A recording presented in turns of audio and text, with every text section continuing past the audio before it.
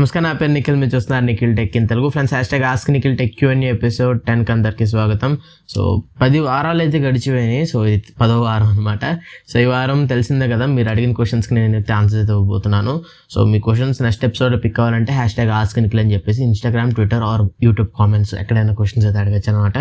And ఇంకెందుకు ఆలస్యం, let's get started. And ఈ వారం ఫస్ట్ క్వశ్చన్ చూసుకున్నట్టయితే మనకి మోటోరైజర్ తీసుకోవచ్చా అన్న హ్యాష్ట్యాగ్ ఆస్క్ నిఖిల్. తీసుకోవచ్చు మోటోరైజర్, బట్ దానికన్నా మనకి సామ్సంగ్ గెలాక్సీ జెడ్ ఫ్లిప్ 3 బాగుంది. ఒకసారి చెక్ చేయండి, మీరు పర్సనల్గా ఒకసారి చెక్ చేస్తే బెటర్. రెండు మనకి ఆఫ్లైన్ స్టోర్స్లో దొరుకుతాయి, ఒకసారి యూజ్ చేయండి.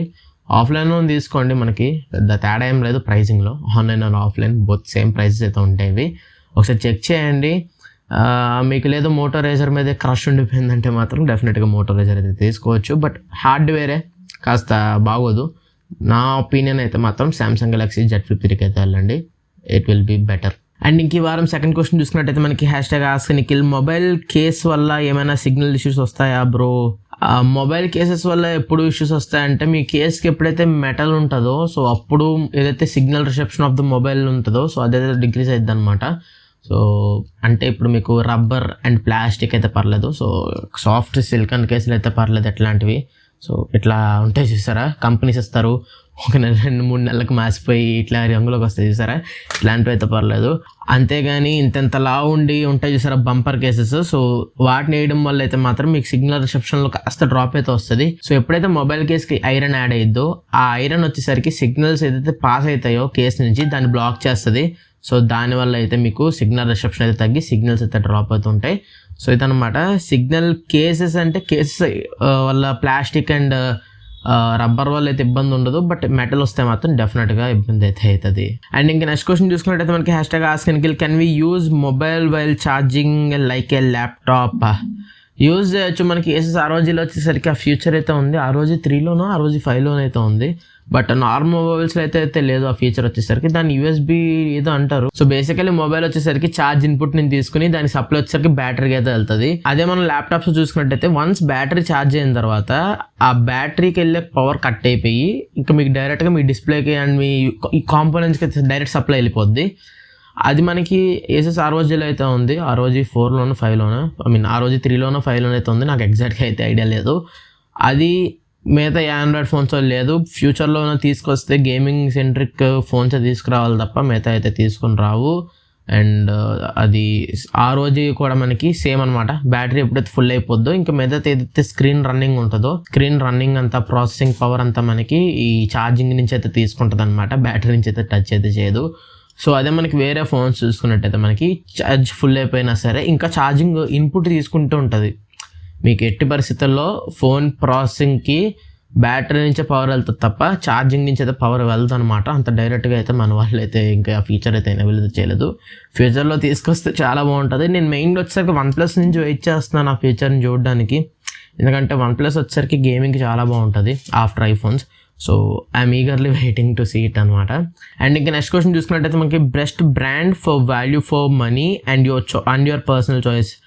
వాల్యూ ఫర్ మనీ అనగానే గుర్తొచ్చేది మనకి రెండు, Redmi and Realme in budget అనమాట. అండ్ ఇంకా టాప్ ఎండ్లో నా పర్సనల్ చాయిస్ వచ్చేసరికి OnePlus. Price to performance, so డెఫినెట్గా మనకి OnePlus అయితే ఇంకా నా పర్సనల్ చాయిస్లో అయితే ఉంది. నాకనే కాదు చాలామంది టెక్ యూట్యూబర్స్కి పర్సనల్గా OnePlus అంటేనే ఇష్టం. అండ్ అండ్ ఇంకా నెక్స్ట్ క్వశ్చన్ చూసుకున్నట్టయితే మనకి సామ్సంగ్ ఎప్పుడు ఐఫోన్ లెవెల్ కెమెరాకి రీచ్ అవుతుంది బ్రో? Hashtag ask Nikhil.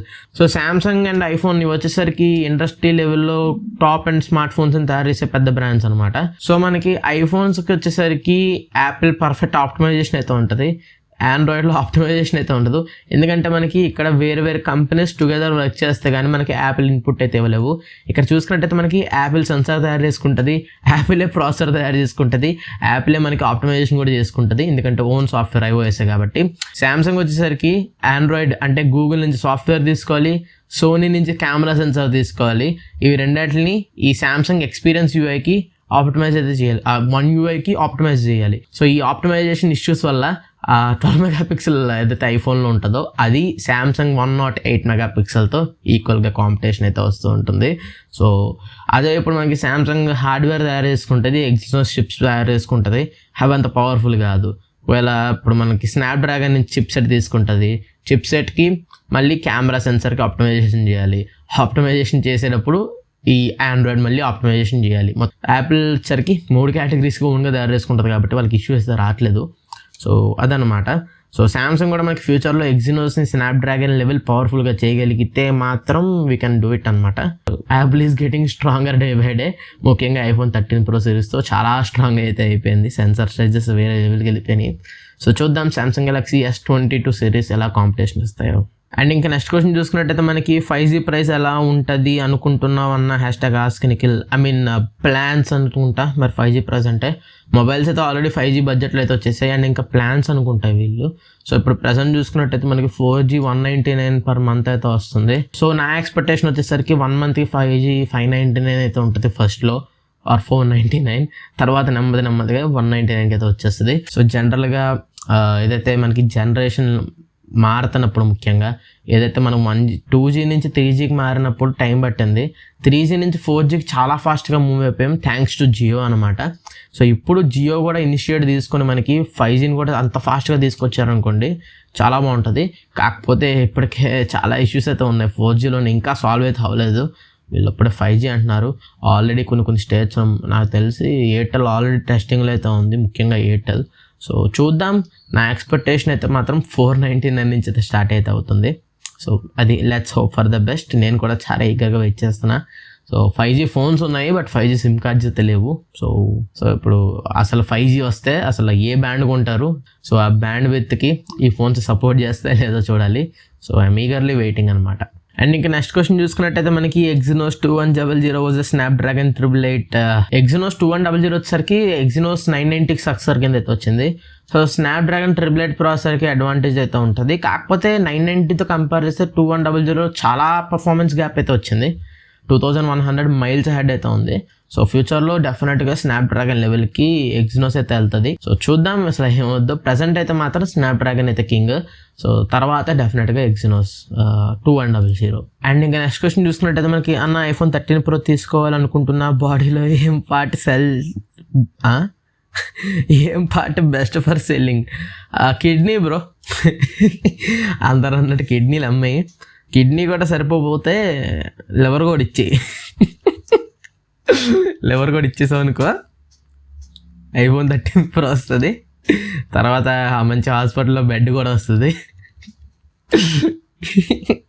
నా సజెషన్ అయితే 2 కిడ్నీలతో పాటు లివర్ కూడా అమ్మాయి 13 Pro Max వచ్చేది. గట్టిగా ట్రై చేయి, వదలక అసలు 1,80,000 గట్టి ట్రై చేస్తే వచ్చేది. సో ఇది ఓవరాల్ చూసుకున్నట్టయితే ఈ వారం #AskNikhilTech Q&A ఎపిసోడ్ 10 వీడియో మీకు నచ్చింది అనుకుంటున్నాను. నచ్చితే ప్లీజ్ ఒక లైక్ చేసి షేర్ చేయండి. అండ్ ఇప్పుడు మేము సబ్స్క్రైబ్ చేసుకోకపోతే కింద సబ్స్క్రైబ్ బటన్ ఉంటుంది, దాన్ని క్లిక్ చేసి మేము సబ్స్క్రైబ్ చేసుకోవచ్చు. ఎందుకంటే టెక్నాలజీకి సంబంధించిన ఇన్ఫర్మేషన్ అందరికన్నా ముందు నేను తీసుకొస్తాను. So this is May Nikhil from nikhiltechintelugu signing off. See you in the next video. Thanks for watching. Bye bye now.